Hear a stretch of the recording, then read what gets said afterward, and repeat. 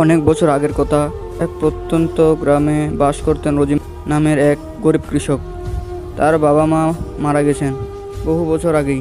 রেখে গেছেন মাত্র 1 বিঘা জমি আর একটি ছাপর ঘর। সে ঘরেই রজিম আর স্ত্রী আসমা, তার 2 সন্তান নাইম ও রিমি বসবাস করতেন। রজিমের দিন কাটত মাঠে হাল চাষ করে, কখনো নিজের জমিতে কখনো অন্যের জমিতে দিনমজুরি হিসেবে ধান চাষ করতেন, কিন্তু খরচ উঠত না ঠিকমতো। বছরের পর বছর একই কষ্ট, একই দরিদ্র। এক সময় মনে সন্দেহ জাগে, এই জীবন কি বদলাবে কখনো? দুর্যোগ ও দুঃখের দিন তার।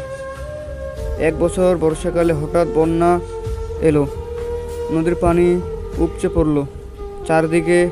রজিমের জমি সব ধান ডুবে গেল পানিতে। ঘরে খাবার নেই, ছেলে মেয়েরা কাঁদছে। বন্যার পানি নেমে গেলে তাদের কিছু বাকি থাকলো না তাদের ঘরে। এমনকি আসমার স্বর্ণের কানের দুলটাও বিক্রি করতে হলো চাল ডাল কেনার জন্য। গ্রামের অনেকেই তখন শহরে চলে যেতে লাগলো, রিক্সা চালানোর জন্য বা কোনো গার্মেন্টসে চাকরি করার জন্য। কিন্তু রজিম শহরে যেতে চাইল না। সে জানতো তার হৃদয় এই মাটির সঙ্গে বাঁধা। সে এখানে কিছু করতে চায়। তার পরিবর্তনের শুরু। একদিন রজিম গ্রামে এলো, এক কৃষি অফিসারকে পেয়ে গেল। তিনি গ্রামের চাষিদের আধুনিক পদ্ধতিতে চাষাবাদ শেখাতে এসেছেন। রজিম প্রথমেই আগ্রহ দেখালো। অফিসার তাকে শেখালো কিভাবে কম খরচে সবজি চাষ, গ্রাম চাষ, জৈব সার এবং খাল কেটে পানি সংরক্ষণ করতে হয়। রজিম দিনরাত পরিশ্রম করতে লাগলো। সে তার 1 বিঘা জমিতে টমেটো, করলা, শসা আর পেঁপে লাগালো। রাস্তার ধারে ছোট স্টলে সে নিজেই বিক্রি করতে শুরু করলো নিজের ফলানো শাকসবজি। প্রথম বছরে সে যা আয় করলো তা দিয়ে মেয়ের স্কুলে বেতন, ছেলের নতুন জামা আর ঘরের টিন ঠিক করে ফেললো। তার উন্নতির পথ। এরপর সে আরও এগিয়ে গেল।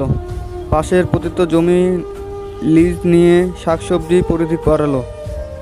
স্ত্রী আসমা তাকে সাহায্য করতে বীজ বোনা আর সেচের কাজে। নাইমা রিমিও স্কুল শেষে বাবার সঙ্গে মাঠে যেত। একদিন এক স্থানীয় এনজিও রজিমের খামার দেখে মুগ্ধ হয়ে তাকে স্বল্প সুদে ঋণ দিল। সেই টাকায় সে একটি টিউবওয়েল বসালো আর কিনে আনলো সার ও ভালো বীজ। বছর ঘুরতে তার নাম ছড়িয়ে পড়ল আশেপাশে গ্রামে। রজিম আলী এখন সফল কৃষক। গ্রামের অন্যান্য কৃষকও রজিমের কাছে এসে জানতে চাইল, ভাই কিভাবে করলে এমন ফলন আসে? রজিম হাসি মুখে বলতো, নতুন কিছু শিখতে হলে মন খুলে শিখতে হয় আর পরিশ্রম তো করতেই হবে। রজিমের স্বপ্ন পূরণ।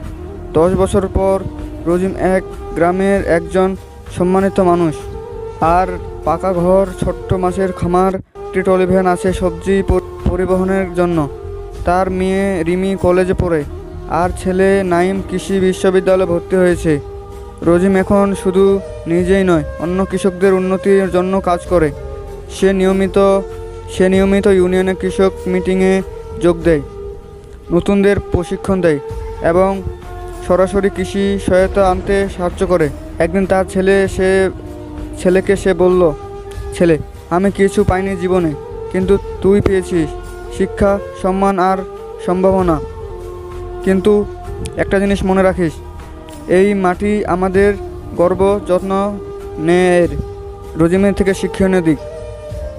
দরিদ্র কোনো অভিশাপ নয়। মনে যদি শক্তি আর পরিশ্রম থাকে, নতুন কিছু শেখা এবং নিজের ওপর বিশ্বাস রাখলে জীবনের চাকা ঘোরে। কখনোই হাল ছাড়া উচিত নয়, কারণ পরিশ্রম একদিন ফল দেয়।